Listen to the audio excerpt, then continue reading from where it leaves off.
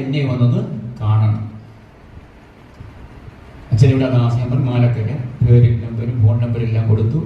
കയ്യെ പിടിച്ചൊന്നുകൂടെ പറഞ്ഞു, എൻ്റെ കയ്യേറ്റിട്ട് സത്യം ചെയ്യും, ഇന്ന് മരിക്കത്തില്ല, തിങ്കളാഴ്ചയെ മരിക്കത്തുള്ളൂ. ശരി അച്ഛൻ, ഞാൻ തിങ്കളാഴ്ചയെ മരിക്കത്തുള്ളൂ, ഇന്നേ മരിക്കുന്നില്ല.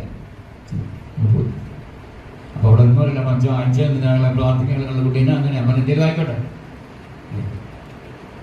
ഒരുവൻ എൻ്റെ അടുത്തോ നിങ്ങളുടെ അടുത്തോ ആരെങ്കിലും എന്തെങ്കിലും ഒരു കാര്യം പറയാൻ വന്നാൽ, ഓ എനിക്കിപ്പോൾ സമയമില്ല, നീ പോവാ ആണോ, അങ്ങനെ പറഞ്ഞു വിടാൻ പാടില്ല.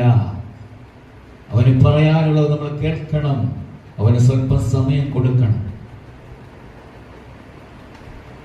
പിറ്റേ ദിവസം പിള്ളേച്ചൻ വന്നു. ഞാൻ അങ്ങോട്ട് പോയ വഴി ഇങ്ങനെ സഹതായോട് പ്രാർത്ഥനയാകല്ലേ. പിറ്റേ ദിവസം 9 മണിയെ പിള്ളേച്ചൻ എൻ്റെ വീട്ടിൽ വീട് തിരക്കി വന്നു.